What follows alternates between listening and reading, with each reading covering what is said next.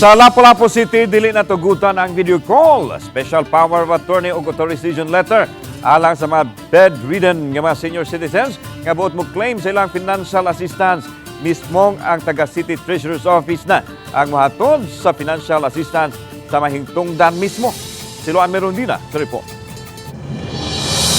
Kay maglisod pagkanaog sa sakyanan ang 85 anyos nga si Manuela Cabatanya, kansang Wang Tiil, bag-uhay lang na operahan. Ang taga City Treasurer's Office na ang miduol sa dapit diin nakapark ang sakyanan sa Banay Cabatanya aron matunol gayod ang 4,000 pesos nga financial assistance sa LGU ngadto kang Manuela. Usa siya sa mga wa makaklaim sa financial assistance niadtong Sabado kay wa motugot ang taga City Treasurer's Office nga mag-video call lang sila ug wa usab dawata ang dala nilang authorization letter. Human ma-demolish ang pwesto nila sa barangay poblasyon niadtong miaging tuig. Sa panimay sa mga kabanay lang una miistar si Manuela didto sa Compostela samtang nagpaalim pa usab siya sa iyang tiil. Matod sa taga City Treasurer's Office, dili na itugot ang video call ug di na sad nila dawaton ang special power of attorney o baka authorization letter alang sa mga bedridden nga mga senior citizens. Di man siya taga Lapu-Lapu na maamong mga house to house, sila gud mismo ang muari in behalf sa kuan. Kay kung Lapu-Lapu lang, amo man siya gi-house to house, gahapon naman may gi-house to house na bisan poblasyon siya, to siya sa babag o sa amo giadto.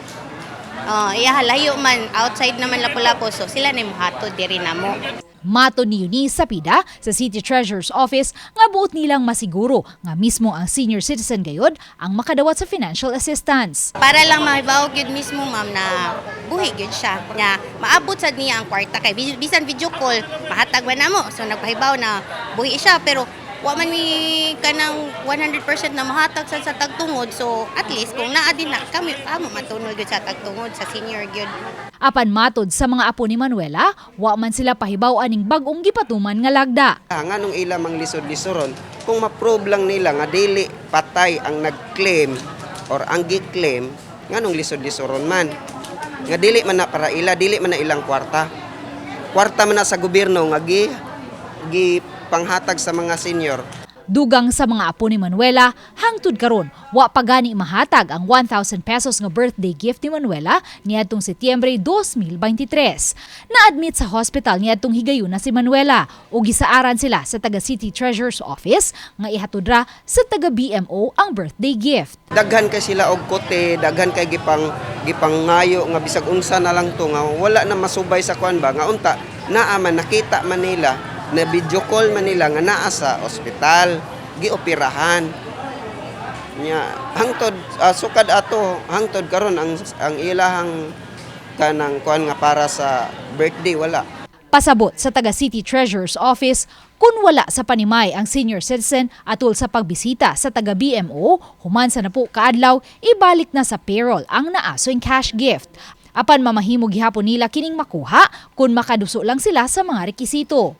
Ug kay nilapas na ang tuig 2023, busa kuli na kining makuha pa. O basta last year dili na ta kay kuan man naman ang tuig niya ato man na ikuan.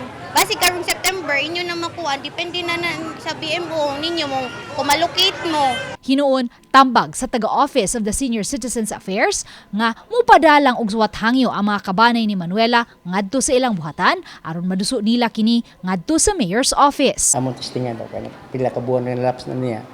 Kasi ang bayan na bala na. Di na siya nga gamay dako kay na gamay ra butang palipay lang niya sa birthday ba. So ato siyang paswato niya atong atang ato. Tanaw na to pero may good as a proof. Niadtong Sabado ug Domingo ang distribution sa tag 4,000 pesos nga financial assistance sa mga senior citizens sa mainland Lapu-Lapu City. Samtang karong adlaw ang schedule alang sa mga senior citizens nga nagpuyo sa mga gagmayng isla. Uban ni Marlon Melgazo ug Rod Prado, Luan Merondina. Balitang Bisdak.